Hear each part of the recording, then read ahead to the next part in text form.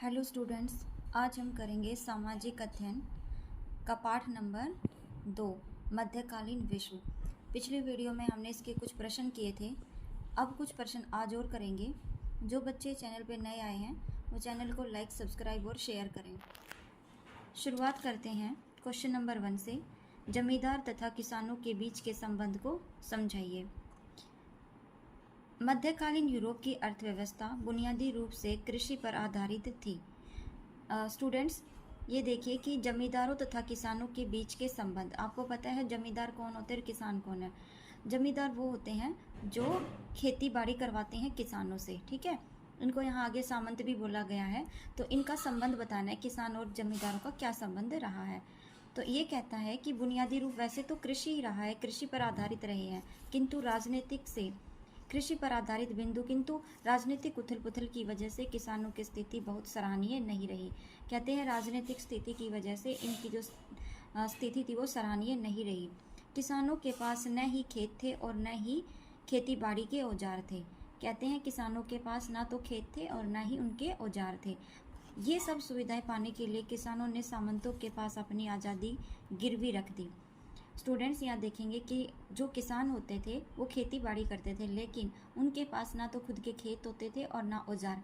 तो उन्होंने क्या करते थे, वो जो जमींदार यानी जो सामंत लोग होते हैं उनके पास जाके वो खेती करते थे। और जो उनकी आज़ादी होती थी फसल उगाने के लिए कि वो कोई भी फसल उगा सकते हैं अपने अकॉर्डिंग, जैसे उनको लगता है कि किस फसल में मुनाफा है या कौन सी फसल उनके लिए सही है, तो उनकी आज़ादी वो छिन गई थी, क्योंकि सामंतों के अनुसार ही वहाँ पे जो है खेती करनी पड़ती थी और ज़मीन से बंध गए। बाद में ऐसे कानूनों के प्रावधान किए गए जो किसानों को ज़मीन से हटने और सामंतों को छोड़ कहीं और जाने से रोकते थे। क्योंकि ऐसे कानून बन गए थे बाद में, तो ये जो है इनकी स्थिति ज़्यादा सही नहीं रही। आगे करते हैं क्वेश्चन नंबर 2। खेती हर मजदूर क्या थे? सामंतों के अधीन रहने वाले किसान खेती हर मजदूर कहलाते हैं। खेती हर बोल दो या भूमिहीन बोल दो, ठीक है। तो जो सामंतों के अधीन थे, जो जमींदारों के अधीन थे, वो किसान जो है खेती हर मजदूर कहलाते थे। क्वेश्चन नंबर 3 की बात करें। कारण देकर बताइए मक्का को धार्मिक प्रसिद्धि कैसे प्राप्त हुई? कैसे प्राप्त हुई थी उसको धार्मिक प्रसिद्धि? 622 ईस्वी में हजरत मोहम्मद ने अपने अनुयायियों के साथ यसरिब चले गए। इसे हिजरत कहते हैं, ठीक है। हजरत मोहम्मद जो थे वो अपने अनुयायियों के साथ यसरिब चले गए और इसे हिजरत कहते थे। हिजरत के साल को इस्लामी कैलेंडर का पहला साल माना गया है। अब स्टूडेंट्स, यहाँ देखेंगे क्वेश्चन ये भी बन रहा है, हिजरत के साल को इस्लामी कैलेंडर का पहला साल माना गया है। हजरत मोहम्मद ने इस शहर का नाम मदीना रखा। वह वहाँ के शासक बनने में सफल रहे। मक्का में इस्लाम को फैलाने के लिए उन्होंने और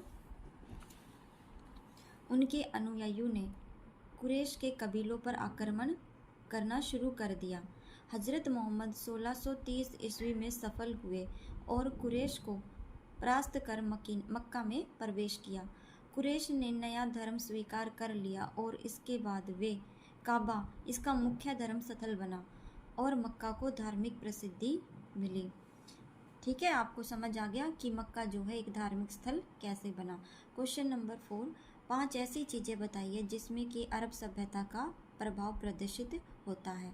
अरब सभ्यता अपने साहित्य खासकर कविता के लिए भी प्रसिद्ध है, ठीक है। उम्मे ख़याम की रुबैया इसकी मिसाल है, जिसे आज भी याद किया जाता है। इस्लामी वास्तुकला में भी अरब सभ्यता का प्रभाव दिखता है। तो ये बच्चे इंपॉर्टेंट क्वेश्चन है जिसको आप बहुत अच्छे से करेंगे। अगर आपको वीडियो अच्छी लगी, वीडियो को लाइक, सब्सक्राइब करें। कल एक नई वीडियो के साथ फिर आएंगे और तब तक के लिए बाय, थैंक यू।